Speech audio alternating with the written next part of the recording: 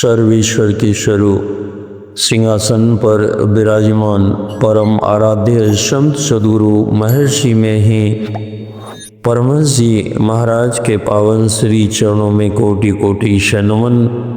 उनके पावन हृदय परम पूज्यपाद संत साही स्वामी जी महाराज के पावन श्री चरणों में कोटि कोटि शनमन। अपने निवास में विराजमान संत मत के प्रधान आचार्य परम पूज्यपाद ब्रह्म ऋषि चतुरानंद जी महाराज के पावन श्री चरणों में कोटि कोटि शनमन। मंच पर विराजमान पूजनीय संत जन, वंदनीय सत्संग प्रेमी माताओं एवं बहनों, सभी को बार बार नमन और वंदन। योग और ज्ञान कौन करेगा? प्रभु ने मानुष जन्म तुमको कैसा दिया, सोचे रे मन से पाभला क्या किया। तरसती है जिसके लिए देवता, इसकी महिमा है कैसी तुम्ही बताओ। हाय ऐसा अमोलक लत ने खो दिया, सोच रे मन से पाभला क्या किया। अभी महाकुंभ का मेला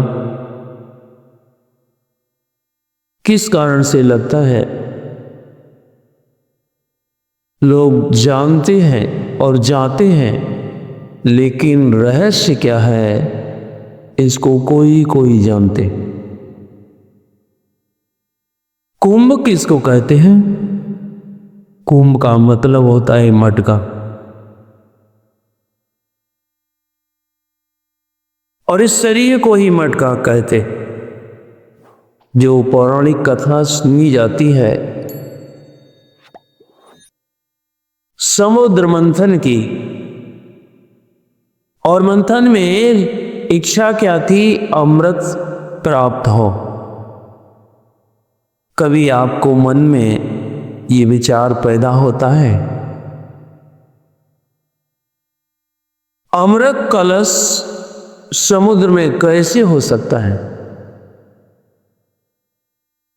और इसकी शुरुआत कैसे हुई?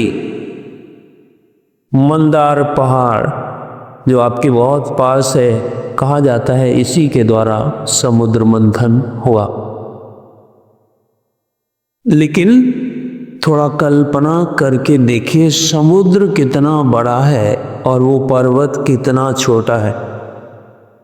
जब आप दूध से घी निकालना चाहते हैं तो बर्तन के अनुरूप आपकी मथानी रई होनी चाहिए। यदि बहुत छोटी है और तो आप समुद्र का मंथन नहीं कर सकते हैं। और उसमें भी कहा जाता है उस मथानी को आधार नहीं था। आधार में भगवान विष्णु ने कच्छप अवतार धारण किया। जब मथानी रई आपकी बड़ी है, कछुआ उसको कैसे सहन करेगा? कैसे उसको उसके वजन को सहन करेगा? आधार कैसे बनेगा? लेकिन कहा जाता है कि भगवान है, ठीक है, कर सकते हैं। एक बात और निकल कर आती है, दोनों राक्षस भी है और देवता भी है। खींचने के लिए दोनों की इस्तेमाल की क्या जरूरत? देवता भी बलवान थे, दोनों तरफ देव लग सकते थे, फिर राक्षसों को शामिल क्यों किया गया? और जब राक्षसों को पता लग ही गया कि इस अमृत है, तो फिर देवताओं को क्यों शामिल किया गया? दोनों तरफ राक्षस लगते और अपने आप मथ करके उस अमृत को प्राप्त कर लेते। लेकिन एक तरफ देवता और एक तरफ असुर। क्या कभी कल्पना होती है? क्या समुद्र में से जहर प्रकट हो सकता है? लेकिन जहर प्रकट हुआ और उस जहर को रखने के लिए दुनिया में कहीं जगह नहीं थी। कहीं भी रखते तो वह इतना घातक था। और उसको किसने रखा? एक योगी ने रखा, और जिनका नाम महायोगेश्वर भगवान सदाशिव के नाम से लोग जानते हैं। और सोचने की बात है कि मथन हुआ तो उसमें से घोड़ा भी निकला। आप घी की झलक दूध में देखते हैं और फिर उसको मथते हैं तो आपको मक्खन मिलता है। फिर घी भी मिल जाता है। पानी में घोड़ा, क्या घोड़ा समाये हुए थे? घोड़ा उसमें पहले थे, व्यापक थे, क्या था? कभी कल्पना करके देखना चाहिए। उसमें ऐरावत हाथी निकले। हाथी पानी में पैदा होते हैं और उसकी अनेक सूंड हैं। कुंभ में तो गए, लेकिन उसमें घोड़ा निकला, उसमें लक्ष्मी भी निकली, 14 रतन निकले, और अंतिम में वो अमृत कलश निकला, जिसको धन्वंतरी, जिनको गुरु की उपाधि दी जाती। कथा सुनिए और कथा के बाहरी रूप को जानकर आप कुंभ में गए और बहुत तरह की बातें सुनी और समझी। लेकिन रहस्य क्या है? जब तक आप सत्संग नहीं करेंगे। करो सत्संग परम घर टूटे, करो सत्संग। और सत्संग किसको कहते हैं? बहुत बड़ी पंडाल का नाम सत्संग नहीं है। माइक और बिजली का नाम सत्संग नहीं है। सत्संग आपके जीवन का आधार है। आपके इस शरीर को ही कुंभ कहते हैं, और इस कुंभ के अंदर ही समुद्र समाया है। कबीर काया समुद्र है। डुबकी मारना सीखो। कौन बताएंगे? जो डुबकी मार चुके हैं। सदगुरु इस रहस्य को जानते हैं कि इस शरीर के अंदर कितने रतन छुपे हैं और उसका मथन कैसे होगा, और वो देवता कौन है और वो राक्षस कौन है। आपकी अच्छी वृत्तियां ही देवता हैं और खराब वृत्तियां ही आपके लिए राक्षस है। जो बुराई की ओर ले जाए वो आपको गर्त में अर्थात दुख में ले जाएंगी, और जो अच्छाई की ओर ले जाए वही देव भावना है। अब जब इस काया का मथन करेंगे तो अमृत का प्राप्ति होगी। और वो अमृत क्या है? अमृत है बातों की बात। अमृत है संतों के पास। संतों के पास वो अमृत है जिसकी आपको चाहना है। संसार में लोग योगा करते हैं, उनको ये नहीं पता है कि योगासन और योगा दोनों में अंतर है, और बड़े विश्व स्तर पर इसका प्रचार है। योगा योगा योगा तो करते हैं, लेकिन उनको ये नहीं पता है कि योगासन और योगा दोनों अलग अलग हैं। और मनुष्य शरीर मेरा है। मनुष्य शरीर में योगासन आप नहीं कर सके तो पशु शरीर में भी जाकर के योगासन कर सकते हैं। आप देखते होंगे कुत्ता कभी कभी अंगड़ाई लेता है कि नहीं? एक मयूर आसन भी होता है, एक भुजंग आसन भी होता है। बहुत आसन है। सब पशु और पक्षियों से सीख कर योग आसन किया जाता है, और उसका लाभ शरीर को होता है। शरीर निरोग हो जाता है, सुखमय हो जाता है। आनंद किस लिए? उस आनंद को प्राप्त करके। कौन सा है? जिसको अमृत कहेगी। कैसी प्राप्त होगा? बहुत बहुत बातें हैं, लेकिन समय की बात होती है। मनुष्य के शरीर में योग होगा।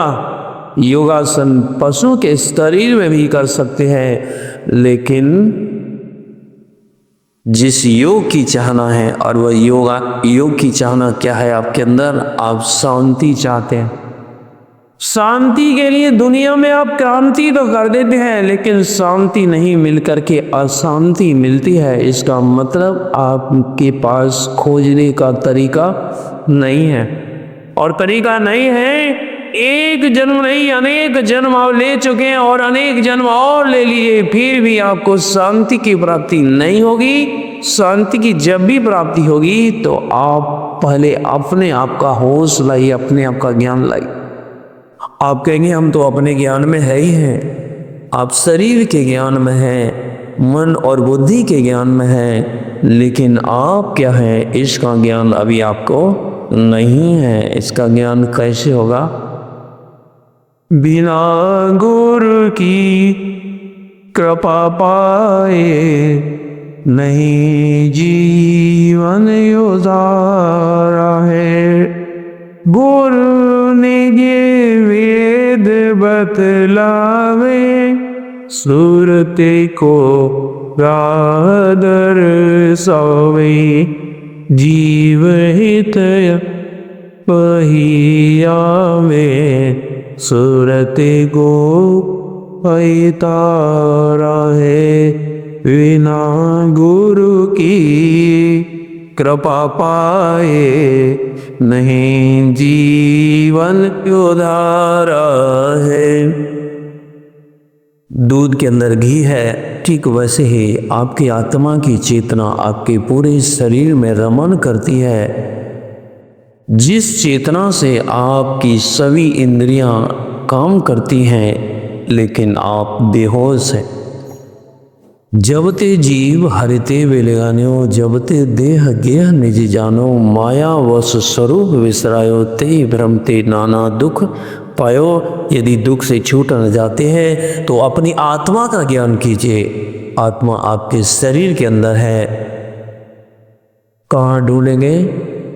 दुनिया में ढूंढेंगे, आत्मा की प्राप्ति नहीं होगी। जब शरीर के ज्ञान में होते हैं तो संसार का ज्ञान होता है। ठीक वैसे ही पहले आपको अपनी आत्मा का ज्ञान होना चाहिए, और जब आत्मा का ज्ञान होगा तो परमात्मा का ज्ञान होगा, और परमात्मा का ज्ञान होने पर ही आपको परम शांति की प्राप्ति होगी, जिसको अमृत की उपमा दी जाती है। वो संसार में कहीं नहीं है, वो आपके अंदर छिपा हुआ रखा है। जब तक आप उसको युक्ति नहीं सीखेंगे तो प्राप्त नहीं कर सकते हैं। उसका अभ्यास, युक्ति लेकर उसका अभ्यास करें, आपको सफलता हर हालत में मिलेगी। आपको कोई रोक नहीं सकता है। शांति की चाहना आपको परमात्मा के द्वारा अपने आप प्रेरित करती है, लेकिन संसार में वह शांति आपको नहीं मिलेगी। यही पर विश्राम। श्री सद्गुरु महाराज की जय। हमारे चैनल MMB ऑफिशियल को अवश्य सब्सक्राइब करें, और नए अपडेट सबसे पहले पाने के लिए इस बेल बटन को दबाना न भूलें।